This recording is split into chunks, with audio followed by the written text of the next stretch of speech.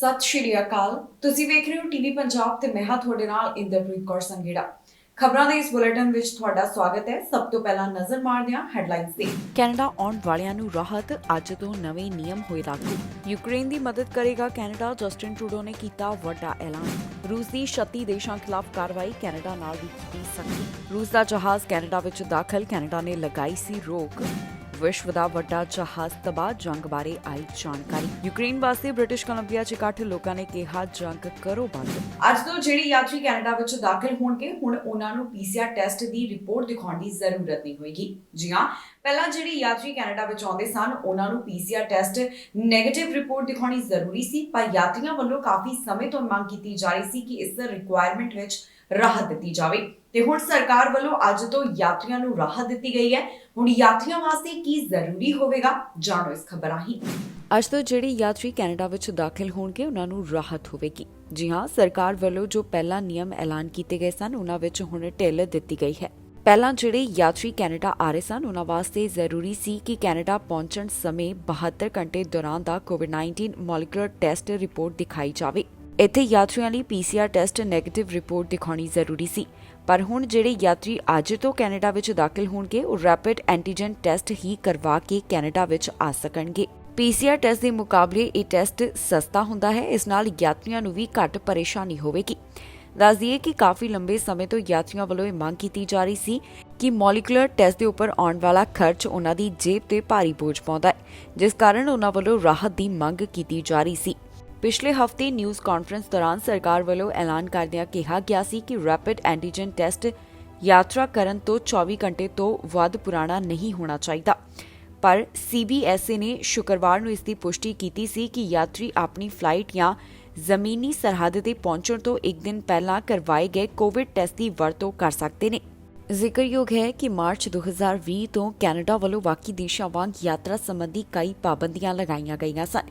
ਇਨ੍ਹਾਂ ਪਾਬੰਦੀਆਂ ਵਿੱਚ ਸਮੇਂ-ਸਮੇਂ ਤੇ ਰਾਹਤ ਦਿੱਤੀ ਜਾਂਦੀ ਰਹੀ ਹੈ। ਕੈਨੇਡਾ ਵੱਲੋਂ ਵੈਕਸੀਨੇਸ਼ਨ ਰੇਟ ਨੂੰ ਧਿਆਨ ਵਿੱਚ ਰੱਖਦਿਆਂ ਹੀ ਸਖਤੀ ਹਟਾਈ ਗਈ ਤੇ ਯਾਤਰੀਆਂ ਵਾਸਤੇ ਪਹਿਲਾਂ ਇਹ ਐਲਾਨ ਕੀਤਾ ਗਿਆ ਸੀ ਕਿ ਉਹਨਾਂ ਲਈ ਜ਼ਰੂਰੀ ਹੈ ਕਿ 72 ਘੰਟੇ ਦੌਰਾਨ ਦਾ ਕੋਵਿਡ-19 ਟੈਸਟ ਦਿਖਾਇਆ ਜਾਵੇ, ਪਰ ਯਾਤਰੀਆਂ ਵੱਲੋਂ ਲਗਾਤਾਰ ਇਸ ਗੱਲ ਨੂੰ ਲੈ ਕੇ ਜ਼ੋਰ ਦਿੱਤਾ ਜਾ ਰਿਹਾ ਸੀ ਕਿ ਜੇਕਰ ਉਹ ਪੀਸੀਆਰ ਟੈਸਟ ਕਰਵਾਉਂਦੇ ਨੇ ਤਾਂ ਇਸ ਦੇ ਉੱਪਰ ਉਹਨਾਂ ਨੂੰ ਕਾਫੀ ਖਰਚ ਕਰਨਾ ਪੈਂਦਾ ਹੈ। ਜਿਹੜੇ ਵੈਕਸੀਨੇਟਡ ਯਾਤਰੀ ਸਨ, ਉਹਨਾਂ ਵੱਲੋਂ ਸਰਕਾਰ ਕੋਲੋਂ ਰਾਹਤ ਦੀ ਮੰਗ ਕੀਤੀ ਜਾ ਰਹੀ ਸੀ। ਫਿਰ ਸਰਕਾਰ ਵੱਲੋਂ ਵੈਕਸੀਨੇਸ਼ਨ ਰੇਟ ਨੂੰ ਧਿਆਨ ਵਿੱਚ ਰੱਖਦਿਆਂ ਤੇ ਮੌਜੂਦਾ ਹਾਲਾਤਾਂ ਨੂੰ ਧਿਆਨ ਵਿੱਚ ਰੱਖਦਿਆਂ ਇਹ ਐਲਾਨ ਕਰ ਦਿੱਤਾ ਗਿਆ ਕਿ ਹੁਣ ਜਿਹੜੇ ਯਾਤਰੀ ਕੈਨੇਡਾ ਵਿੱਚ ਦਾਖਲ ਹੋਣਗੇ, ਉਹ ਰੈਪਿਡ ਐਂਟੀਜਨ ਟੈਸਟ ਕਰਵਾ ਕੇ ਵੀ ਐਂਟਰੀ ਲੈ ਸਕਣਗੇ।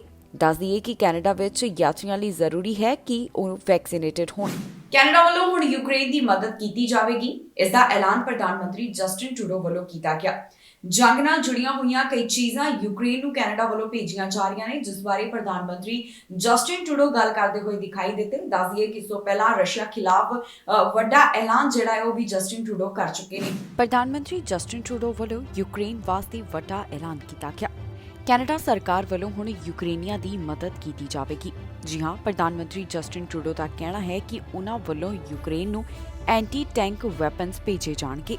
ਇਹ ਐਲਾਨ ਪ੍ਰਧਾਨ ਮੰਤਰੀ ਜਸਟਿਨ ਟਰੂਡੋ ਵੱਲੋਂ ਅੱਜ ਪ੍ਰੈਸ ਕਾਨਫਰੰਸ ਦੌਰਾਨ ਕੀਤਾ ਗਿਆ। ਇਸ ਤੋਂ ਇਲਾਵਾ ਉਹਨਾਂ ਵੱਲੋਂ ਰਸ਼ੀਅਨ ਕਰੂਡ ਆਇਲ ਸੰਬੰਧੀ ਵੀ ਆਪਣੇ ਵਿਚਾਰ ਦੱਸੇ। ਟਰੂਡੋ ਦਾ ਕਹਿਣਾ ਹੈ ਕਿ ਸਰਕਾਰ ਵੱਲੋਂ ਯੋਜਨਾ ਬਣਾਈ ਜਾ ਰਹੀ ਹੈ ਕਿ ਹੁਣ ਰਸ਼ੀਅਨ ਕਰੂਡ ਆਇਲ ਦੇ ਸਾਰੇ ਇੰਪੋਰਟਸ ਨੂੰ ਰੋਕ ਦਿੱਤਾ ਜਾਵੇ। ਇਸ ਦੇ ਨਾਲ ਹੀ ਜਸਟਿਨ ਟਰੂਡੋ ਦਾ ਕਹਿਣਾ ਹੈ ਕਿ ਹੁਣ ਯੂਕਰੇਨੀਆਂ ਦੀ ਮਦਦ ਉਹਨਾਂ ਵੱਲੋਂ ਕੀਤੀ ਜਾਵੇਗੀ। ਦੱਸ ਦਈਏ ਕਿ ਇਸ ਤੋਂ ਪਹਿਲਾਂ ਵੀ ਕੈਨੇਡਾ ਵੱਲੋਂ $7.8 ਮਿਲੀਅਨ ਦਾ ਲੀਥਲ ਯੂਕਰੇਨ ਨੂੰ ਭੇਜਿਆ ਜਾ ਚੁੱਕਿਆ ਹੈ, ਜਿਸ ਦੀ ਜਾਣਕਾਰੀ ਅਸੀਂ ਪਹਿਲਾਂ ਵੀ ਤੁਹਾਡੇ ਨਾਲ ਸਾਂਝੀ ਕਰ ਚੁੱਕੇ ਹਾਂ। ਇਸ ਦਾ ਜ਼ਿਕਰ ਪ੍ਰਧਾਨ ਮੰਤਰੀ ਜਸਟਿਨ ਟਰੂਡੋ ਵੱਲੋਂ ਵੀ ਅੱਜ ਕੀਤਾ ਗਿਆ। ਉਹਨਾਂ ਦਾ ਕਹਿਣਾ ਹੈ ਕਿ ਹਾਲ ਹੀ ਵਿੱਚ ਸਾਡੇ ਵੱਲੋਂ ਯੂਕਰੇਨ ਵਾਸਤੇ ਮਿਲਟਰੀ ਸਪਲਾਈਜ਼, ਜਿਸ ਵਿੱਚ body Armour, helmet, gas mask, night vision goggles ਸ਼ਾਮਲ ਸਨ, ਇਹ ਭੇਜੀਆਂ ਗਈਆਂ ਨੇ ਤੇ ਆਉਣ ਵਾਲੇ ਸਮੇਂ ਦੌਰਾਨ ਵੀ ਯੂਕਰੇਨ ਵਾਸੀਆਂ ਦੀ ਮਦਦ ਕੀਤੀ ਜਾਵੇਗੀ। ਰਸ਼ੀਆ ਵੱਲੋਂ 36 ਦੇਸ਼ਾਂ ਉੱਪਰ ਕਾਰਵਾਈ ਕੀਤੀ ਗਈ ਹੈ। ਰਸ਼ੀਆ ਵੱਲੋਂ 에ਅਰ ਸਪੇਸ ਦੇ ਉੱਪਰ ਰੋਕ ਲਗਾ ਦਿੱਤੀ ਗਈ ਹੈ। ਇਸ ਵਿੱਚ ਕੈਨੇਡਾ ਦਾ ਵੀ ਨਾਮ ਸ਼ਾਮਿਲ ਹੈ। ਰਸ਼ੀਆ ਦਾ ਕਹਿਣਾ ਹੈ ਕਿ ਜਿਹੜੇ ਵੀ ਜਹਾਜ਼ ਉਹਨਾਂ ਦੀ 에ਅਰ ਸਪੇਸ ਵਿੱਚ ਦਾਖਲ ਹੋਣਗੇ, ਪਹਿਲਾਂ ਉਹਨਾਂ ਨੂੰ ਮਨਜ਼ੂਰੀ ਲੈਣੀ ਹੋਵੇਗੀ। ਰਸ਼ੀਆ ਵੱਲੋਂ 36 ਦੇਸ਼ਾਂ ਖਿਲਾਫ ਇੱਕ ਫੈਸਲਾ ਲਿਆ ਗਿਆ। ਜੀ ਹਾਂ, ਰਸ਼ੀਆ ਵੱਲੋਂ 36 ਦੇਸ਼ਾਂ ਲਈ ਆਪਣੀ 에ਅਰ ਸਪੇਸ ਬੰਦ ਕਰ ਦਿੱਤੀ ਗਈ ਹੈ। ਇਸ ਵਿੱਚ ਕੈਨੇਡਾ ਦਾ ਵੀ ਨਾਮ ਸ਼ਾਮਿਲ ਹੈ। ਅਜਿਹਾ ਕਦਮ ਰਸ਼ੀਆ ਵੱਲੋਂ ਯੂਰਪੀਅਨ ਕੰਟਰੀਜ਼ ਅਤੇ ਕੈਨੇਡਾ ਵਾਸਤੇ ਚੁੱਕਿਆ ਗਿਆ ਹੈ। ਇਸ ਦਾ ਐਲਾਨ ਸਟੇਟ ਐਵੀਏਸ਼ਨ ਏਜੰਸੀ ਵੱਲੋਂ ਕੀਤਾ ਗਿਆ। ਉਹਨਾਂ ਦਾ ਕਹਿਣਾ ਹੈ ਕਿ ਜਿਹੜੇ ਵੀ ਜਹਾਜ਼ ਇਸ 에ਅਰ ਸਪੇਸ ਵਿੱਚ ਦਾਖਲ ਹੋਣਗੇ ਉਹਨਾਂ ਨੂੰ ਸਪੈਸ਼ਲ ਪਰਮਿਸ਼ਨ ਲੈਣੀ ਹੋਵੇਗੀ। ਜ਼ਿਕਰਯੋਗ ਹੈ ਕਿ ਇਸ ਸਮੇਂ ਰਸ਼ੀਆ ਵੱਲੋਂ ਯੂਕਰੇਨ ਉੱਪਰ ਹਮਲਾ ਕੀਤਾ ਗਿਆ। ਇਸ ਦੌਰਾਨ ਹੁਣ ਵੱਖ-ਵੱਖ ਦੇਸ਼ ਇਹ ਚਾਹੁੰਦੇ ਨੇ ਕਿ ਜਲਦ ਇਸ ਜੰਗ ਨੂੰ ਖਤਮ ਕੀਤਾ ਜਾਵੇ। ਜ਼ਿਆਦਾਤਰ ਦੇਸ਼ਾਂ ਵੱਲੋਂ ਰਸ਼ੀਆ ਦੀ ਨਿੰਦਾ ਕੀਤੀ ਜਾ ਰਹੀ ਹੈ ਤੇ ਉਹਨਾਂ ਵੱਲੋਂ ਕਿਹਾ ਜਾ ਰਿਹਾ ਹੈ ਕਿ ਜੋ ਰੂਸ ਵੱਲੋਂ ਯੂਕਰੇਨ ਉੱਪਰ ਹਮਲਾ ਕੀਤਾ ਗਿਆ ਇਹ ਬਿਲਕੁਲ ਗਲਤ ਹੈ ਤੇ ਰਸ਼ੀਆ ਨੂੰ ਹੁਣ ਜੰਗ ਖਤਮ ਕਰ ਦੇਣੀ ਚਾਹੀਦੀ ਹੈ। ਕੈਨੇਡਾ ਵੱਲੋਂ ਵੀ ਰਸ਼ੀਆ ਤੋਂ ਆਉਣ ਵਾਲੇ ਜਹਾਜ਼ਾਂ ਲਈ ਇੱਕ ਫੈਸਲਾ ਲਿਆ ਗਿਆ ਜਿੱਥੇ 에ਅਰ ਸਪੇਸ ਨੂੰ ਬੈਨ ਕਰ ਦਿੱਤਾ ਗਿਆ ਹੈ। ਪਰ ਇਸ ਦੌਰਾਨ ਇਹ ਵੀ ਜਾਣਕਾਰੀ ਸਾਹਮਣੇ ਆਈ ਸੀ ਕਿ ਬੈਨ ਤੋਂ ਬਾਅਦ ਵੀ ਇੱਕ ਰਸ਼ੀਆ ਦਾ ਜਹਾਜ਼ ਕੈਨੇਡਾ ਦੀ 에ਅਰ ਸਪੇਸ ਦੇ ਉੱਪਰ ਦਾਖਲ ਹੋਇਆ, ਜਿਸ ਦੇ ਸੰਬੰਧ ਵਿੱਚ ਹੁਣ ਉਹਨਾਂ ਵੱਲੋਂ ਰਿਵਿਊ ਕੀਤਾ ਜਾਵੇਗਾ। ਕੈਨੇਡਾ ਵੱਲੋਂ ਰਸ਼ੀਆ ਉੱਪਰ ਕਾਰਵਾਈ ਕਰਦਿਆਂ 에ਅਰ ਸਪੇਸ ਦੇ ਉੱਪਰ ਰੋਕ ਲਗਾਈ ਗਈ, ਪਰ ਬਾਅਦ ਦੇ ਵਿੱਚ ਇਹ ਦੇਖਣ ਨੂੰ ਆਇਆ ਕਿ ਰਸ਼ੀਆ ਦਾ ਜਹਾਜ਼ ਕੈਨੇਡਾ ਦੀ 에ਅਰ ਸਪੇਸ ਵਿੱਚ ਘੁੰਮਦਾ ਦਿਖਾਈ ਦਿੱਤਾ। ਇਸ ਬਾਰੇ ਟਰਾਂਸਪੋਰਟ ਕੈਨੇਡਾ ਦਾ ਕਹਿਣਾ ਹੈ ਕਿ ਹੁਣ ਉਹਨਾਂ ਵੱਲੋਂ ਇਸ ਸੰਬੰਧੀ ਰਿਵਿਊ ਕੀਤਾ ਜਾਵੇਗਾ, ਜਿਸ ਦੀ ਜਾਣਕਾਰੀ ਉਹਨਾਂ ਨੇ ਟਵੀਟ ਰਾਹੀਂ ਸਾਂਝੀ ਕੀਤੀ। ਕੈਨੇਡਾ ਵੱਲੋਂ ਰਸ਼ੀਆ ਲਈ 에ਅਰ ਸਪੇਸ ਤੇ ਬੈਨ ਲਗਾਇਆ ਗਿਆ ਤਾਂ ਰਸ਼ੀਆ ਦਾ ਜਹਾਜ਼ ਕੈਨੇਡਾ ਦੀ 에ਅਰ ਸਪੇਸ ਵਿੱਚ ਦਾਖਲ ਹੋ ਗਿਆ। ਇਸ ਬਾਰੇ ਹੁਣ ਟਰਾਂਸਪੋਰਟ ਕੈਨੇਡਾ ਵੱਲੋਂ ਆਪਣੇ ਵਿਚਾਰ ਸਾਂਝੇ ਕੀਤੇ ਗਏ। ਉਹਨਾਂ ਦਾ ਕਹਿਣਾ ਹੈ ਕਿ ਰਸ਼ੀਅਨ 에ਅਰਲਾਈਨ ਖਿਲਾਫ ਉਹਨਾਂ ਵੱਲੋਂ ਰਿਵਿਊ ਲਾਂਚ ਕੀਤਾ ਜਾਵੇਗਾ। ਟਰਾਂਸਪੋਰਟ ਕੈਨੇਡਾ ਵੱਲੋਂ ਟਵਿੱਟਰ ਰਾਹੀਂ ਜਾਣਕਾਰੀ ਸਾਂਝੀ ਕਰਦਿਆਂ ਕਿਹਾ ਗਿਆ ਕਿ ਸਾਨੂੰ ਇਸ ਗੱਲ ਨੂੰ ਲੈ ਕੇ ਸੂਚਨਾ ਹੈ ਕਿ 에ਅਰਫਲੋਟ ਫਲਾਈਟ 111 ਵੱਲੋਂ ਜੋ ਨਿਯਮ ਸਨ ਉਹਨਾਂ ਦਾ ਉਲੰਘਣ ਕੀਤਾ ਗਿਆ। ਕੈਨੇਡਾ ਸਰਕਾਰ ਵੱਲੋਂ ਰਸ਼ੀਆ ਲਈ 에ਅਰ ਸਪੇਸ ਸੰਬੰਧੀ ਰੋਕ ਲਗਾਈ ਗਈ ਸੀ, ਪਰ ਇਸ ਪਲੇਨ ਵੱਲੋਂ ਇਸ ਨਿਯਮ ਦਾ ਉਲੰਘਣ ਕੀਤਾ ਗਿਆ। ਇਸ ਸਭ ਤੋਂ ਬਾਅਦ ਹੁਣ 에ਅਰੋਫਲੋਟ ਦੇ ਖਿਲਾਫ ਰਿਵਿਊ ਲਾਂਚ ਕੀਤਾ ਜਾ ਰਿਹਾ ਹੈ। ਜਾਣਕਾਰੀ ਮੁਤਾਬਕ ਇਹ ਜਹਾਜ਼ 2:29 ਤੇ ਮਿਆਮੀ ਤੋਂ ਡਿਪਾਰਟ ਹੋਇਆ ਅਤੇ ਇਸ ਜਹਾਜ਼ ਨੂੰ ਨਿਊ ਬਰਨਸਵਿਕ, ਕਿਊਬੈਕ ਅਤੇ ਲੈਬਰਾਡੋਰ ਦੇ ਹਿੱਸਿਆਂ ਉੱਪਰ ਦੇਖਿਆ ਗਿਆ। ਇਸ ਦੀ ਜਾਣਕਾਰੀ flight tracking website FlightAware ਤੋਂ ਸਾਹਮਣੇ ਆਈ ਹੈ। ਦੱਸਦੀਏ ਕਿ ਹਾਲ ਹੀ ਵਿੱਚ ਟਰਾਂਸਪੋਰਟ ਮੰਤਰੀ ਵੱਲੋਂ ਇਹ ਐਲਾਨ ਕਰਦਿਆਂ ਕਿਹਾ ਗਿਆ ਸੀ ਕਿ ਕੈਨੇਡਾ ਵੱਲੋਂ ਰਸ਼ੀਅਨ 에ਅਰਕ੍ਰਾਫਟ ਆਪਰੇਟਰਸ ਲਈ 에ਅਰ ਸਪੇਸ ਸੰਬੰਧੀ ਰੋਕ ਲਗਾਈ ਜਾ ਰਹੀ ਹੈ। ਇਹ ਕਦਮ ਉਹਨਾਂ ਵੱਲੋਂ ਇਸ ਕਰਕੇ ਚੁੱਕਿਆ ਗਿਆ ਕਿਉਂਕਿ ਰੂਸ ਵੱਲੋਂ ਯੂਕਰੇਨ ਉੱਪਰ ਹਮਲਾ ਕੀਤਾ ਗਿਆ। ਇਸ ਤੋਂ ਇਲਾਵਾ ਹੋਰ ਵੀ ਕਈ ਪਾਬੰਦੀਆਂ ਰਸ਼ੀਆ ਉੱਪਰ ਲਗਾਈਆਂ ਗਈਆਂ ਨੇ ਤੇ ਹੁਣ ਜੋ ਨਵੇਂ ਨਿਯਮ ਦਾ ਉਲੰਘਣ ਰਸ਼ੀਆ ਵੱਲੋਂ ਕੀਤਾ ਗਿਆ ਇਸ ਖਿਲਾਫ ਵੀ ਹੁਣ ਰਿਵਿਊ ਕੀਤਾ ਜਾਵੇਗਾ। ਵਿਸ਼ਵ ਦਾ ਸਭ ਤੋਂ ਵੱਡਾ ਜਹਾਜ਼ ਤਬਾਹ ਹੋ ਗਿਆ। ਯੂਕਰੇਨ ਅਤੇ ਰਸ਼ੀਆ ਦਰਮਿਆਨ ਜੋ ਇਸ ਸਮੇਂ ਜੰਗ ਚੱਲ ਰਹੀ ਹੈ ਉਸ ਦੌਰਾਨ ਅਜਿਹਾ ਹੋਇਆ, ਜਿਸ ਦੀ ਜਾਣਕਾਰੀ ਯੂਕਰੇਨ ਵੱਲੋਂ ਸਾਂਝੀ ਕੀਤੀ ਗਈ। ਦੁਨੀਆ ਦਾ ਸਭ ਤੋਂ ਵੱਡਾ ਜਹਾਜ਼ ਨਸ਼ਟ ਹੋ ਗਿਆ। ਇਹ ਜਹਾਜ਼ ਯੂਕਰੇਨ ਵਿੱਚ ਨਸ਼ਟ ਹੋਇਆ ਹੈ। ਜੀ ਹਾਂ, ਵਿਸ਼ਵ ਦਾ ਸਭ ਤੋਂ ਵੱਡਾ 에ਅਰਕ੍ਰਾਫਟ ਐਂਟੋਨਵ AN-225 ਰਸ਼ੀਅਨ ਇਨਵੇਜਨ ਦੌਰਾਨ ਨਸ਼ਟ ਹੋ ਗਿਆ। ਇਸ ਦੀ ਜਾਣਕਾਰੀ ਯੂਕਰੇਨੀਅਨ ਅਧਿਕਾਰੀਆਂ ਵੱਲੋਂ ਸਾਂਝੀ ਕੀਤੀ ਗਈ। ਇਸ 에ਅਰਕ੍ਰਾਫਟ ਨੂੰ ਯੂਕਰੇਨੀਅਨ ਵੱਲੋਂ ਮਿਰਾਇਆ ਅਤੇ ਡ੍ਰੀਮ ਦੇ ਤੌਰ ਦੇ ਉੱਪਰ ਵੀ ਜਾਣਿਆ ਜਾਂਦਾ ਸੀ। ਇਸ ਜਹਾਜ਼ ਨੂੰ ਕੀਵ ਦੇ 에ਅਰਫੀਲਡ ਵਿੱਚ ਪਾਰਕ ਕੀਤਾ ਹੋਇਆ ਸੀ, ਜਿਸ ਨੂੰ ਰਸ਼ੀਅਨ ਆਕਿਊਪੈਂਟਸ ਵੱਲੋਂ ਅਟੈਕ ਕੀਤਾ ਗਿਆ। ਇਸ ਦੀ ਸਾਰੀ ਜਾਣਕਾਰੀ ਯੂਕਰੇਨੀਅਨ ਅਥਾਰਟੀਜ਼ ਵੱਲੋਂ ਸਾਂਝੀ ਕੀਤੀ ਗਈ। ਇਸ ਦੇ ਨਾਲ ਹੀ ਯੂਕਰੇਨੀਅਨ ਅਥਾਰਟੀਜ਼ ਦਾ ਕਹਿਣਾ ਹੈ ਕਿ ਉਹਨਾਂ ਵੱਲੋਂ ਇਸ ਜਹਾਜ਼ ਨੂੰ ਦੁਬਾਰਾ ਤੋਂ ਬਣਾਇਆ ਜਾਵੇਗਾ। ਉਹਨਾਂ ਵੱਲੋਂ ਕਿਹਾ ਗਿਆ ਕਿ ਚਾਹੇ ਰਸ਼ੀਆ ਵੱਲੋਂ ਇਸ ਜਹਾਜ਼ ਨੂੰ ਖਤਮ ਕਰ ਦਿੱਤਾ ਗਿਆ, ਪਰ ਉਹ ਸਾਡੇ ਸੁਪਨਿਆਂ ਨੂੰ ਕਦੇ ਵੀ ਨਹੀਂ ਤੋੜ ਸਕਦੇ। ਇਹ ਸੁਪਨੇ ਇੱਕ ਫ੍ਰੀ ਅਤੇ ਡੈਮੋਕ੍ਰੈਟਿਕ ਯੂਰਪੀਅਨ ਸਟੇਟ ਦੇ ਹਨ। ਇਹਨਾਂ ਵਿਚਾਰਾਂ ਦਾ ਪ੍ਰਗਟਾਵਾ ਯੂਰੇਨੀਅਨ ਫੋਰਨ ਮਿਨਿਸਟਰ ਵੱਲੋਂ ਕੀਤਾ ਗਿਆ। ਦੱਸਦੀਏ ਕਿ ਰੂਸ ਵੱਲੋਂ ਯੂਕਰੇਨ ਦੇ ਉੱਪਰ ਹਮਲਾ ਕੀਤਾ ਗਿਆ। ਇਸ ਦੌਰਾਨ ਰਸ਼ੀਆ ਦੀ ਫੌਜ ਲਗਾਤਾਰ ਯੂਕਰੇਨ ਦੇ ਕਈ ਹਿੱਸਿਆਂ ਵਿੱਚ ਦਾਖਲ ਹੋ ਰਹੀ ਹੈ। ਯੂਕਰੇਨ ਦੇ ਆਮ ਲੋਕ ਵੀ ਹੁਣ ਆਪਣੀ ਲੜਾਈ ਲੜ ਰਹੇ ਹਨ, ਜਿਸ ਦੀਆਂ ਵੀਡੀਓ ਵੀ ਲਗਾਤਾਰ ਸੋਸ਼ਲ ਮੀਡੀਆ ਉੱਪਰ ਵਾਇਰਲ ਹੋ ਰਹੀਆਂ ਨੇ। ਰੂਸ ਵੱਲੋਂ ਜੋ ਯੂਕਰੇਨ ਉੱਪਰ ਹਮਲਾ ਕੀਤਾ ਗਿਆ, ਇਸ ਦੇ ਸੰਬੰਧ ਵਿੱਚ ਬ੍ਰਿਟਿਸ਼ ਕੋਲੰਬੀਆ ਵੱਡਾ ਇਕੱਠ ਦੇਖਣ ਨੂੰ ਮਿਲਿਆ। ਇੱਥੇ ਲੋਕ ਸੜਕਾਂ ਤੇ ਇਕੱਠੇ ਹੋਏ, ਜਿਨ੍ਹਾਂ ਵੱਲੋਂ ਇੱਕੋ ਹੀ ਗੱਲ ਕਹੀ ਜਾ ਰਹੀ ਸੀ ਕਿ ਜੰਗ ਨੂੰ ਖਤਮ ਕੀਤਾ ਜਾਵੇ। ਇੱਥੇ ਆਮ ਲੋਕ ਤਾਂ ਇਕੱਠੇ ਹੋਈ, ਪਰ ਦੂਜੇ ਪਾਸੇ ਸਿਆਸਤਦਾਨ ਵੀ ਇਸ ਪ੍ਰਦਰਸ਼ਨ ਵਿੱਚ ਸ਼ਮੂਲੀਅਤ ਕਰਦੇ ਹੋਏ ਦਿਖਾਈ ਦਿੱਤੇ। ਯੂਕਰੇਨ ਵਾਸਤੇ ਬ੍ਰਿਟਿਸ਼ ਕੋਲੰਬੀਆ ਵਿੱਚ ਵੱਡੀ ਗਿਣਤੀ ਲੋਕ ਇਕੱਠੇ ਹੋਏ, ਜਿਨ੍ਹਾਂ ਵੱਲੋਂ ਇਹੀ ਕਿਹਾ ਗਿਆ ਕਿ ਜੰਗ ਨੂੰ ਖਤਮ ਕੀਤਾ ਜਾਵੇ। ਜੀ ਹਾਂ, ਬ੍ਰਿਟਿਸ਼ ਕੋਲੰਬੀਆ ਲੈਜਿਸਲੇਚਰ ਬਿਲਡਿੰਗ ਦੇ ਬਾਹਰ ਵੱਡੇ ਪੱਧਰ ਤੇ ਲੋਕਾਂ ਦਾ ਇਕੱਠ ਦੇਖਣ ਨੂੰ ਮਿਲਿਆ, ਜਿਨ੍ਹਾਂ ਵੱਲੋਂ ਰਸ਼ੀਆ ਦੇ ਕਦਮ ਨੂੰ ਗਲਤ ਦੱਸਦਿਆਂ ਯੂਕਰੇਨ ਨੂੰ ਸਪੋਰਟ ਕੀਤਾ ਗਿਆ। ਇਸ ਦੌਰਾਨ ਜਿਹੜੇ ਲੋਕ ਇਕੱਠੇ ਹੋਏ ਉਹਨਾਂ ਦੇ ਹੱਥਾਂ ਵਿੱਚ ਯੂਕਰੇਨ ਅਤੇ ਕੈਨੇਡਾ ਦੇ ਝੰਡੇ ਫੜੇ ਹੋਏ ਸਨ। ਦੱਸ ਦਈਏ ਕਿ ਇਸ ਇਕੱਠ ਵਿੱਚ ਲੋਕਲ ਅਤੇ ਪ੍ਰੋਵਿੰਸ਼ੀਅਲ ਪੋਲੀਟੀਸ਼ੀਅਨਸ ਵੀ ਸ਼ਾਮਲ ਸਨ, ਜਿਨ੍ਹਾਂ ਵੱਲੋਂ ਯੂਕਰੇਨ ਦੀ ਹਮਾਇਤ ਕੀਤੀ ਗਈ ਹੈ। ਇਸ ਦੌਰਾਨ Victoria member parliament, British Columbia minister of transportation and infrastructure, mayor, ਇਹ तमाम ਸਿਆਸਤਦਾਨ ਮੌਜੂਦ ਸਨ। ਜੋ ਰੈਲੀ ਬ੍ਰਿਟਿਸ਼ ਕੋਲੰਬੀਆ ਵਿੱਚ ਯੂਕਰੇਨ ਵਾਸੀਆਂ ਲਈ ਕਰਵਾਈ ਗਈ, ਇਸ ਵਿੱਚ 1000 ਤੋਂ ਵੱਧ ਲੋਕਾਂ ਨੇ ਸ਼ਮੂਲੀਅਤ ਕੀਤੀ, ਜਿੱਥੇ ਉਹਨਾਂ ਵੱਲੋਂ ਆਪਣੇ ਵਿਚਾਰ ਪੇਸ਼ ਕੀਤੇ ਗਏ। ਇਨ੍ਹਾਂ ਲੋਕਾਂ ਵੱਲੋਂ ਲਗਾਤਾਰ ਇਹੀ ਗੱਲ ਕਹੀ ਜਾ ਰਹੀ ਸੀ ਕਿ ਜੋ ਇਸ ਸਮੇਂ ਹੋ ਰਿਹਾ ਹੈ ਉਸ ਨੂੰ ਹੁਣ ਖਤਮ ਕੀਤਾ ਜਾਣਾ ਚਾਹੀਦਾ ਹੈ। ਦੱਸ ਦਈਏ ਕਿ ਬ੍ਰਿਟਿਸ਼ ਕੋਲੰਬੀਆ ਸਰਕਾਰ ਵੱਲੋਂ ਹਾਲ ਹੀ ਵਿੱਚ ਇੱਕ ਵੱਡਾ ਕਦਮ ਚੁੱਕਿਆ ਗਿਆ, ਜਿੱਥੇ ਉਹਨਾਂ ਵੱਲੋਂ ਸਟੋਰਾਂ ਤੋਂ ਰਸ਼ੀਆ ਦੀਆਂ ਬਣੀਆਂ ਹੋਈਆਂ ਚੀਜ਼ਾਂ ਨੂੰ ਹਟਾਇਆ ਗਿਆ। ਦਰਅਸਲ ਲਿਕਵਰ ਸਟੋਰਸ ਦੀਆਂ ਸ਼ੈਲਫਸ ਉੱਪਰ ਜੋ ਰਸ਼ੀਆ ਦੀਆਂ ਬਣੀਆਂ ਹੋਈਆਂ ਸ਼ਰਾਬਾਂ ਪਈਆਂ ਨੇ, ਉਹਨਾਂ ਨੂੰ ਇੱਥੋਂ ਹਟਾ ਦਿੱਤਾ ਗਿਆ ਹੈ। ਇਸ ਤੋਂ ਇਲਾਵਾ ਯੂਕਰੇਨ ਵਾਸਤੇ ਰੈੱਡ ਕਰਾਸ ਲਈ $1 ਮਿਲੀਅਨ ਦਾ ਐਲਾਨ ਕੀਤਾ ਗਿਆ। ਇਸ ਬਾਰੇ ਬ੍ਰਿਟਿਸ਼ ਕੋਲੰਬੀਆ ਦੇ ਪ੍ਰੀਮੀਅਰ ਜੌਨ ਹੌਰਗਨ ਵੱਲੋਂ ਜਾਣਕਾਰੀ ਸਾਂਝੀ ਕੀਤੀ ਗਈ। ਦੱਸ ਦਈਏ ਕਿ ਰੂਸ ਵੱਲੋਂ ਯੂਕਰੇਨ ਉੱਪਰ ਹਮਲਾ ਕੀਤਾ ਗਿਆ, ਜਿਸ ਦੀ ਲਗਾਤਾਰ ਲੀਡਰਸ ਵੱਲੋਂ ਨਿੰਦਾ ਕੀਤੀ ਜਾ ਰਹੀ ਹੈ। ਪ੍ਰਧਾਨ ਮੰਤਰੀ ਜਸਟਿਨ ਟਰੂਡੋ ਵੀ ਲਗਾਤਾਰ ਰੂਸ ਦੇ ਖਿਲਾਫ ਬੋਲਦੇ ਹੋਏ ਦਿਖਾਈ ਦੇ ਰਹੇ ਨੇ ਤੇ ਉਹਨਾਂ ਵੱਲੋਂ ਯੂਕਰੇਨ ਨਾਲ ਆਪਣੀ ਸਪੋਰਟ ਦਿਖਾਈ ਜਾ ਰਹੀ ਹੈ। ਇਸ ਤੋਂ ਇਲਾਵਾ ਵੱਖ-ਵੱਖ ਹੋਰ ਸਿਆਸਤਦਾਨ ਵੀ ਲਗਾਤਾਰ ਇਸ ਮੁੱਦੇ ਦੇ ਉੱਪਰ ਆਪਣੇ ਵਿਚਾਰ ਸਾਂਝੇ ਕਰ ਰਹੇ ਨੇ, ਚਾਹੇ ਉਹ ਇੱਕ ਵੀਡੀਓ ਸੰਦੇਸ਼ ਹੋਵੇ ਜਾਂ ਫਿਰ ਸੋਸ਼ਲ ਮੀਡੀਆ ਪਲੇਟਫਾਰਮ, ਹਰ ਕਿਸੇ ਵੱਲੋਂ ਹੁਣ ਯੂਕਰੇਨ ਲਈ ਆਵਾਜ਼ ਚੁੱਕੀ ਜਾ ਰਹੀ ਹੈ। ਉਧਰ ਰਸ਼ੀਆ ਵਿੱਚ ਵੀ ਵੱਡੇ ਪੱਧਰ ਦੇ ਉੱਪਰ ਇਸ ਗੱਲ ਨੂੰ ਲੈ ਕੇ ਪ੍ਰਦਰਸ਼ਨ ਕੀਤਾ ਜਾ ਰਿਹਾ ਹੈ ਕਿ ਇਸ ਜੰਗ ਨੂੰ ਖਤਮ ਕਰ ਦੇਣਾ ਚਾਹੀਦਾ ਹੈ। ਵੱਡੇ ਪੱਧਰ ਦੇ ਉੱਪਰ ਵੱਖ-ਵੱਖ ਦੇਸ਼ਾਂ ਵਿੱਚ ਲੋਕ ਇਹ ਮੰਗ ਕਰ ਰਹੇ ਨੇ ਕਿ ਰਸ਼ੀਆ ਨੂੰ ਹੁਣ ਜੰਗ ਰੋਕ ਦੇਣੀ ਚਾਹੀਦੀ ਹੈ, ਪਰ ਦੂਜੇ ਪਾਸੇ ਰਸ਼ੀਆ ਦੇ ਹੀ ਲੋਕ ਸਰਕਾਰ ਦੇ ਖਿਲਾਫ ਪ੍ਰਦਰਸ਼ਨ ਕਰ ਰਹੇ ਨੇ, ਜਿਨ੍ਹਾਂ ਦਾ ਕਹਿਣਾ ਹੈ ਕਿ ਜੰਗ ਗਲਤ ਹੈ। ਉਹ ਇਸ ਜੰਗ ਦੀ ਨਿੰਦਾ ਕਰਦੇ ਨੇ। ਵੱਡੇ ਪੱਧਰ ਤੇ ਪ੍ਰਦਰਸ਼ਨ ਕੀਤਾ ਜਾ ਰਿਹਾ ਹੈ। ਇਸ ਦੌਰਾਨ ਪੁਲਿਸ ਵੱਲੋਂ ਕਾਰਵਾਈ ਕਰਦਿਆਂ ਕਈਆਂ ਨੂੰ ਗ੍ਰਿਫਤਾਰ ਕੀਤਾ ਗਿਆ। ਇਸ ਸਮੇਂ ਰੂਸ ਵੱਲੋਂ ਜੋ ਯੂਕਰੇਨ ਉੱਪਰ ਹਮਲਾ ਕੀਤਾ ਗਿਆ, ਇਸ ਦਾ ਵੱਡੇ ਪੱਧਰ ਦੇ ਉੱਪਰ ਵਿਰੋਧ ਦੇਖਣ ਨੂੰ ਮਿਲ ਰਿਹਾ ਹੈ। ਇਸ ਦੌਰਾਨ ਰਸ਼ੀਆ ਵਿੱਚ ਵੀ ਲੋਕ ਲਗਾਤਾਰ ਇਸ ਖਿਲਾਫ ਬੋਲਦੇ ਹੋਏ ਦਿਖਾਈ ਦੇ ਰਹੇ ਨੇ। ਹੁਣ ਇਹਨਾਂ ਲੋਕਾਂ ਖਿਲਾਫ ਪੁਲਿਸ ਵੱਲੋਂ ਕਾਰਵਾਈ ਕੀਤੀ ਗਈ। ਵੀਕਐਂਡ ਦੌਰਾਨ ਜੋ ਰਸ਼ੀਆ ਵਿੱਚ ਇਸ ਸੰਬੰਧੀ ਪ੍ਰਦਰਸ਼ਨ ਹੋਇਆ, ਇੱਥੇ 2000 ਦੇ ਕਰੀਬ ਲੋਕਾਂ ਨੂੰ ਪੁਲਿਸ ਵੱਲੋਂ ਡਿਟੇਨ ਕੀਤਾ ਗਿਆ ਹੈ। ਇਸ ਦੀ ਜਾਣਕਾਰੀ ਪ੍ਰੋਟੈਸਟ ਮੋਨੀਟਰਿੰਗ ਗਰੁੱਪ ਵੱਲੋਂ ਸਾਂਝੀ ਕੀਤੀ ਗਈ, ਜਿਸ ਵਿੱਚ ਉਹਨਾਂ ਦੱਸਿਆ ਕਿ ਐਂਟੀ ਵਾਰ ਪ੍ਰੋਟੈਸਟ ਦੇ ਚੱਲਦਿਆਂ ਕਈ ਲੋਕਾਂ ਨੂੰ ਗ੍ਰਿਫਤਾਰ ਕੀਤਾ ਗਿਆ। ਹੁਣ ਤੱਕ ਐਂਟੀ ਵਾਰ ਪ੍ਰੋਟੈਸਟ ਦੌਰਾਨ 5500 ਦੇ ਕਰੀਬ ਲੋਕਾਂ ਨੂੰ ਡਿਟੇਨ ਕੀਤਾ ਗਿਆ ਹੈ। ਇਸ ਦੀ ਜਾਣਕਾਰੀ OVD ਇਨਫੋ ਮੋਨੀਟਰ ਤੋਂ ਸਾਹਮਣੇ ਆਈ ਹੈ।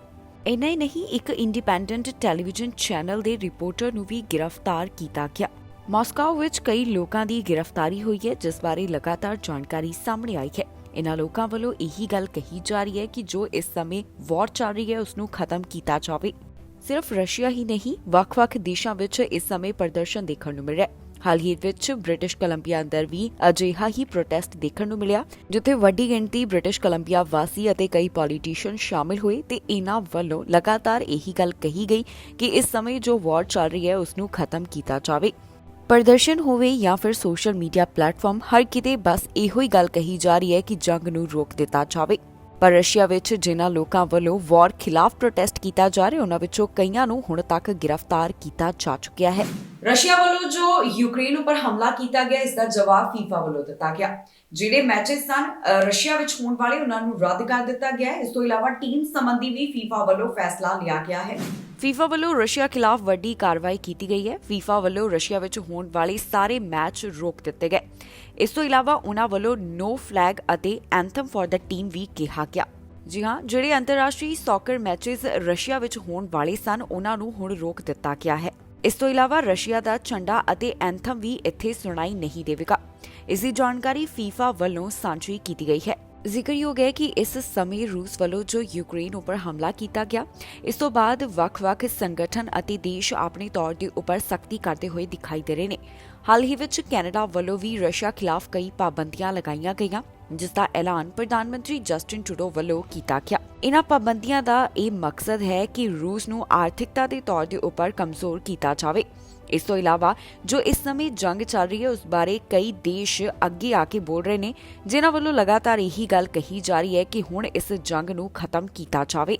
ਇਸ ਤੋਂ ਇਲਾਵਾ ਰਸ਼ੀਆ ਦੇ ਹੀ ਲੋਕ ਰਸ਼ੀਆ ਵਿੱਚ ਵੱਡੇ ਪੱਧਰ ਦੇ ਉੱਪਰ ਪ੍ਰਦਰਸ਼ਨ ਕਰ ਰਹੇ ਨੇ, ਜਿਨ੍ਹਾਂ ਵੱਲੋਂ ਇਸ ਜੰਗ ਦੇ ਖਿਲਾਫ ਆਪਣੀ ਆਵਾਜ਼ ਚੁੱਕੀ ਜਾ ਰਹੀ ਹੈ। ਕੈਨੇਡਾ ਵੱਲੋਂ ਯੂਕਰੇਨ ਦੀ ਲਗਾਤਾਰ ਮਦਦ ਕੀਤੀ ਜਾ ਰਹੀ ਹੈ। ਜਿਹੜਾ ਜ਼ਰੂਰਤ ਦਾ ਸਮਾਨ ਹੈ ਉਹ ਇੱਥੇ ਭੇਜਿਆ ਜਾ ਰਿਹਾ ਹੈ। ਮੰਤਰੀ ਵੱਲੋਂ ਇਸ ਦੀ ਜਾਣਕਾਰੀ ਸਾਂਝੀ ਕਰਦਿਆਂ ਦੱਸਿਆ ਗਿਆ ਕਿ ਕਿਹੜੀਆਂ ਚੀਜ਼ਾਂ ਕੈਨੇਡਾ ਵੱਲੋਂ ਯੂਕਰੇਨ ਵਾਸਤੇ ਭੇਜੀਆਂ ਗਈਆਂ ਨੇ। ਜੰਗ ਦੌਰਾਨ ਯੂਕਰੇਨ ਨੂੰ ਕੈਨੇਡਾ ਵੱਲੋਂ ਮਦਦ ਭੇਜੀ ਜਾ ਰਹੀ ਹੈ। ਜੀ ਹਾਂ, ਕੈਨੇਡਾ ਵੱਲੋਂ ਹੁਣ ਯੂਕਰੇਨ ਨੂੰ ਪ੍ਰੋਟੈਕਟਿਵ ਗੇਅਰ ਭੇਜੇ ਜਾ ਰਹੇ ਨੇ, ਜਿਸ ਬਾਰੇ ਜਾਣਕਾਰੀ ਸਾਹਮਣੇ ਆਈ ਹੈ। ਹਾਲ ਹੀ 'ਚ ਫੋਰਨ ਅਫੇਅਰ ਮਿਨਿਸਟਰ ਵੱਲੋਂ ਐਲਾਨ ਕਰਦਿਆਂ ਦੱਸਿਆ ਗਿਆ ਕਿ ਕੈਨੇਡਾ ਵੱਲੋਂ $25 ਮਿਲੀਅਨ ਦੇ ਯੂਕਰੇਨ ਨੂੰ ਪ੍ਰੋਟੈਕਟਿਵ ਇਕੁਇਪਮੈਂਟ ਭੇਜੇ ਜਾ ਰਹੇ ਨੇ। ਇਸ ਦੀ ਜਾਣਕਾਰੀ ਫੋਰਨ ਅਫੇਅਰਸ ਮਿਨਿਸਟਰ ਵੱਲੋਂ ਇੱਕ ਵਰਚੁਅਲ ਪ੍ਰੈਸ ਕਾਨਫਰੰਸ ਦੌਰਾਨ ਸਾਂਝੀ ਕੀਤੀ ਗਈ। ਜੋ ਚੀਜ਼ਾਂ ਕੈਨੇਡਾ ਵੱਲੋਂ ਹੁਣ ਯੂਕਰੇਨ ਨੂੰ ਭੇਜੀਆਂ ਜਾ ਰਹੀਆਂ ਨੇ ਉਸ ਵਿੱਚ body Armour, helmet, gas mask, night vision gear ਸ਼ਾਮਿਲ ਹਨ। ਇੰਨਾ ਹੀ ਨਹੀਂ, ਮੰਤਰੀ ਦਾ ਕਹਿਣਾ ਹੈ ਕਿ ਜ਼ਰੂਰਤ ਨੂੰ ਧਿਆਨ ਵਿੱਚ ਰੱਖਦਿਆਂ ਉਨ੍ਹਾਂ ਵੱਲੋਂ ਆਉਣ ਵਾਲੇ ਦਿਨਾਂ ਵਿੱਚ ਹੋਰ ਵੀ ਇਕੁਇਪਮੈਂਟਸ ਭੇਜੇ ਜਾਣਗੇ।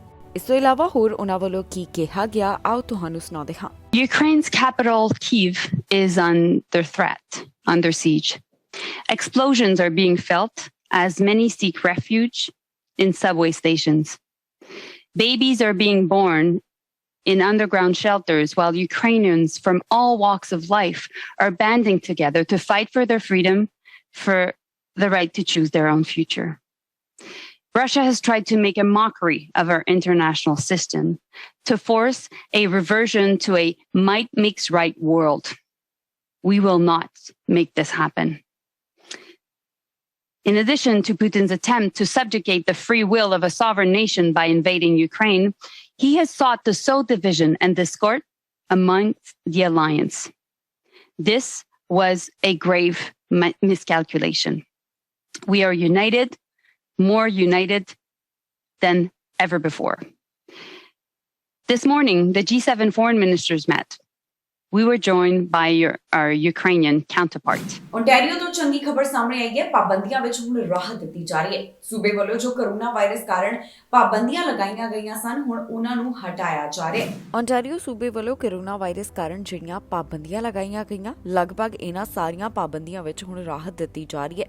ਦੱਸ ਦਈਏ ਕਿ ਪਹਿਲਾਂ ਕੋਰੋਨਾ ਵਾਇਰਸ ਦੇ ਹਾਲਾਤਾਂ ਨੂੰ ਧਿਆਨ ਵਿੱਚ ਰੱਖਦਿਆਂ ਮਾਰਚ 2020 ਨੂੰ ਪ੍ਰੀਮੀਅਰ ਡਗਫੋਰਡ ਵੱਲੋਂ ਸਟੇਟ ਆਫ ਐਮਰਜੈਂਸੀ ਲਗਾਈ ਗਈ, ਜਿਸ ਨੂੰ ਕਈ ਵਾਰ ਅੱਗੇ ਵਧਾਇਆ ਜਾਂਦਾ ਰਿਹਾ।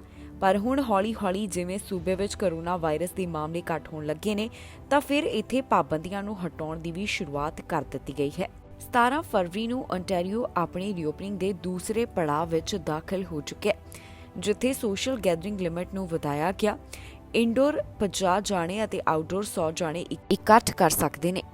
ਇਸ ਤੋਂ ਇਲਾਵਾ ਓਨਟਾਰੀਓ ਤੋਂ ਹੋਰ ਜਾਣਕਾਰੀ ਕੀ ਸਾਹਮਣੇ ਆ ਰਹੀ ਹੈ, ਆਓ ਤੁਹਾਨੂੰ ਸੁਣਾਉਂਦੇ ਹਾਂ। Are coming down still, ICU admissions are coming down still.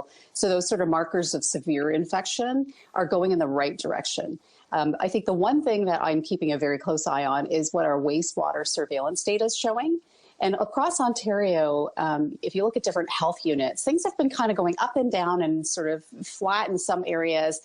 It's a bit unpredictable looking. And in the GTA, for example, things have been coming down fairly steadily, but we're starting to see it rise ever so slightly. So that could be just a sign that, you know, things are up and down a little bit and will stabilize out and just kind of overall be level. Or it could be that because of the previous stage of the reopening plan, we're starting to see a slight increase in overall case counts in the community. But, you know, nothing really overwhelmingly dramatic has occurred yet, which is good news because we're a couple weeks out from, you know, the last stage of the reopening plan. Following science, you know, we do know this pandemic is going to continue for some time. We're going to see waxing and waning of cases. We're going to see some surges that are going to be a little bit more dramatic.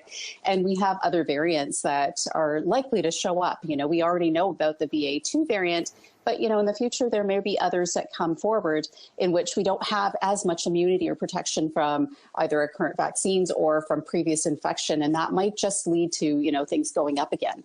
If things are wide open, that's just, you know, that gives us ample opportunity for spread to occur. And if we get into one of those situations, I think we have to be prepared that some restrictions might have to be imposed at that time. You know, it's not like we can suddenly magically weather the storm any differently than we would have through previous waves if one of those events occurs, you know. So I think we just have to be prepared for it doesn't have a lot of effectiveness for preventing symptomatic infection and transmission. So it does allow people to actually get the infection. And if they're not aware of it, if we're not testing, if things are kind of wide open and people are more complacent about things, then the possibility of it kind of spreading unchecked can occur, right? What the 2 doses of vaccines do give some good protection on is against severe illness. But the important thing is the 3rd dose, and we've been talking about this for a while. But it's so important now that we're going pretty much wide open, and these the proof of vaccination policies are going to be coming down in public spaces.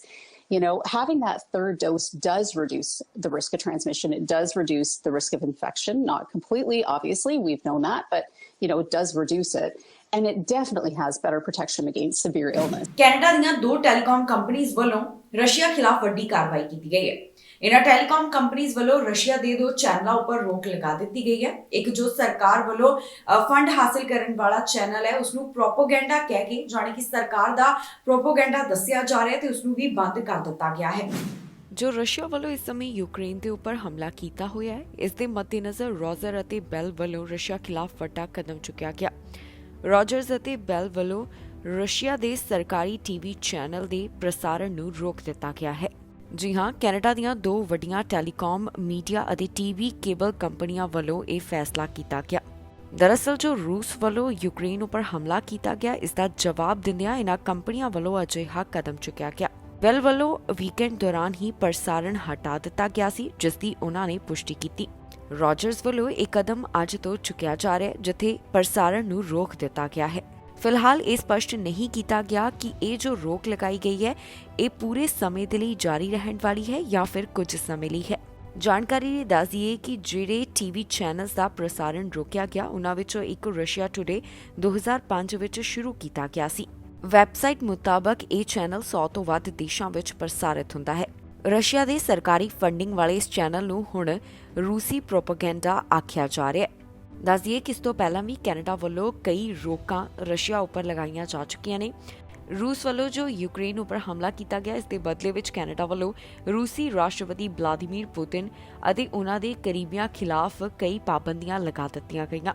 ਹਾਲ ਹੀ ਵਿੱਚ ਸੂਬਿਆਂ ਵੱਲੋਂ ਇਹ ਵੀ ਜਾਣਕਾਰੀ ਸਾਂਝੀ ਕੀਤੀ ਗਈ ਕਿ liquor ਸਟੋਰਾਂ ਤੋਂ ਜੋ ਰਸ਼ੀਆ ਦੀਆਂ ਬਣੀਆਂ ਹੋਈਆਂ ਸ਼ਰਾਬ ਦੀਆਂ ਬੋਤਲਾਂ ਨੇ, ਉਹਨਾਂ ਨੂੰ ਵੀ ਹਟਾ ਦਿੱਤਾ ਗਿਆ ਹੈ। ਦੀਪ ਸਿੱਧੂ ਨੂੰ ਲਗਾਤਾਰ ਕੈਨੇਡਾ ਵਿੱਚ ਸ਼ਰਧਾਂਜਲੀ ਦਿੱਤੀ ਜਾ ਰਹੀ ਹੈ। ਸਰੀ ਦੇ ਗੁਰੂ ਘਰ ਵਿੱਚ ਦੀਪ ਸਿੱਧੂ ਦੀ ਤਸਵੀਰ ਲਗਾਈ ਗਈ। ਉਹਨਾਂ ਨੂੰ ਜੋ ਪਿਕਚਰ ਟ੍ਰਿਬਿਊਟ ਦਿੱਤਾ ਗਿਆ, ਇਸ ਦੌਰਾਨ ਗੁਰਦੁਆਰਾ ਸਾਹਿਬ ਵਿੱਚ ਵੱਡਾ ਇਕੱਠ ਦੇਖਣ ਨੂੰ ਮਿਲਿਆ। ਕੈਨੇਡਾ ਵਿੱਚ ਲਗਾਤਾਰ ਦੀਪ ਸਿੱਧੂ ਨੂੰ ਯਾਦ ਕੀਤਾ ਜਾ ਰਿਹਾ ਹੈ ਤੇ ਇੱਥੇ ਉਹਨਾਂ ਨੂੰ ਸ਼ਰਧਾਂਜਲੀ ਦਿੱਤੀ ਜਾ ਰਹੀ ਹੈ। ਸਰੀ ਦੇ ਗੁਰਦੁਆਰਾ ਸਾਹਿਬ ਦਸ਼ਮੇਸ਼ ਦਰਬਾਰ ਵਿੱਚ ਦੀਪ ਸਿੱਧੂ ਦੀ ਤਸਵੀਰ ਲਗਾਈ ਗਈ, ਜਿਸ ਦੀ ਵੀਡੀਓ ਸੋਸ਼ਲ ਮੀਡੀਆ ਉੱਪਰ ਵੀ ਵਾਇਰਲ ਹੋ ਰਹੀ ਹੈ। ਜਿਸ ਮੌਕੇ ਦੀਪ ਸਿੱਧੂ ਦੀ ਤਸਵੀਰ ਇੱਥੇ ਲਗਾਈ ਗਈ, ਇੱਥੇ ਉਸ ਦੌਰਾਨ ਵੱਡੀ ਗਿਣਤੀ ਵਿੱਚ ਲੋਕ ਪਹੁੰਚੇ, ਜਿਨ੍ਹਾਂ ਵੱਲੋਂ ਦੀਪ ਸਿੱਧੂ ਨੂੰ ਸ਼ਰਧਾਂਜਲੀ ਦਿੱਤੀ ਗਈ। ਦੱਸ ਦਈਏ ਕਿ ਦੀਪ ਸਿੱਧੂ ਦਾ ਦੇਹਾਂਤ ਭਿਆਨਕ ਸੜਕ ਹਾਦਸੇ ਵਿੱਚ ਹੋ ਗਿਆ, ਜਿਸ ਤੋਂ ਬਾਅਦ ਹੁਣ ਲਗਾਤਾਰ ਉਹਨਾਂ ਲਈ ਕਈ ਥਾਂ ਤੇ ਆਵਾਜ਼ ਬੁਲੰਦ ਕੀਤੀ ਜਾ ਰਹੀ ਹੈ। ਇਸ ਦੇ ਨਾਲ ਹੀ ਕੈਨੇਡਾ ਵਿੱਚ ਵੀ ਲਗਾਤਾਰ ਦੀਪ ਸਿੱਧੂ ਨੂੰ ਯਾਦ ਕਰਦਿਆਂ ਸ਼ਰਧਾਂਜਲੀ ਦਿੱਤੀ ਜਾ ਰਹੀ ਹੈ। ਸੋ ਦਿਖਾਉਂਦੇ ਹਾਂ ਤੁਹਾਨੂੰ ਗੁਰਦੁਆਰਾ ਸਾਹਿਬ ਦਸ਼ਮੇਸ਼ ਦਰਬਾਰ ਸਰੀ ਦੀਆਂ ਤਸਵੀਰਾਂ, ਜਿਸ ਮੌਕੇ ਦੀਪ ਸਿੱਧੂ ਦੀ ਤਸਵੀਰ ਇੱਥੇ ਲਗਾਈ ਗਈ। ਕਿਸਾਨ ਮੋਰਚੇ ਦੇ ਵੇਲੇ ਦੇ ਬਾਅਦ ਦੇ ਵਿੱਚ ਉਹ ਜਿਹੜੀਆਂ ਗੱਲਾਂ ਇਹਨਾਂ ਦੀ ਗੱਲਾਂ ਦੇ ਵਿੱਚ ਜਿਹੜੀਆਂ ਵਸੀਆਂ ਜਾਂਦੀਆਂ ਕਿ ਸਿੱਖ ਪ੍ਰਤੀ ਰਾਜਨੀਤੀ ਸਾਬਤੀ ਕਿਉਂ ਜ਼ਰੂਰੀ ਹੈ। ਆਉਣ ਵਾਲੀਆਂ ਜਿਹੜੀਆਂ ਸਾਡੀਆਂ ਨਸਲਾਂ ਆ ਉਹ ਇਹ ਗੁਲਾਮੀ ਵਿੱਚ ਨਾ ਜੀਣ, ਉਹ ਆਪਣਾ ਸੈਲ ਵਰਪਾ ਕੇ ਕੇਸਰੀ ਨਿਸ਼ਾਨ ਤੇ ਥੱਲੇ ਇਕੱਠੇ ਹੋ ਕੇ ਆਪਣੇ ਦੇਸ਼ ਦੇ ਵਿੱਚ ਸਰਵਾਤੇ ਭਲੇ ਦਾ ਰਾਜ ਸਥਾਪਿਤ ਕਰ ਸਕਣ। ਜਿਵੇਂ ਕਿ ਹੁਣ ਬੇਨਤੀ ਕਰਨੀ ਹੈ ਕਿ ਜਿੱਦਾਂ ਆਪਾਂ ਇਹ ਤਸਵੀਰ ਕੰਨ ਤੇ ਲਾਉਣੀ ਹੈ, ਉਹਦੇ ਵਿੱਚ ਸਾਰੇ ਨੇ ਬੋਲੇ ਸੋਨੇ ਹਾਲ ਦੇ ਜਕਾਰੇ, ਹਾਲਸੇ ਦੇ ਬੋਲ ਵਾਲੇ ਦੇ ਜਕਾਰੇ, ਉਹ ਸਾਰੇ ਦੇ ਵਿੱਚ ਤੁਸੀਂ ਸ਼ਮੂਲੀਅਤ ਕਰਨੀ ਹੈ ਤੇ ਸਾਂਝ ਕਰਨੀ ਹੈ। ਬੋਲੇ ਸੋਨੇ ਹਾਲ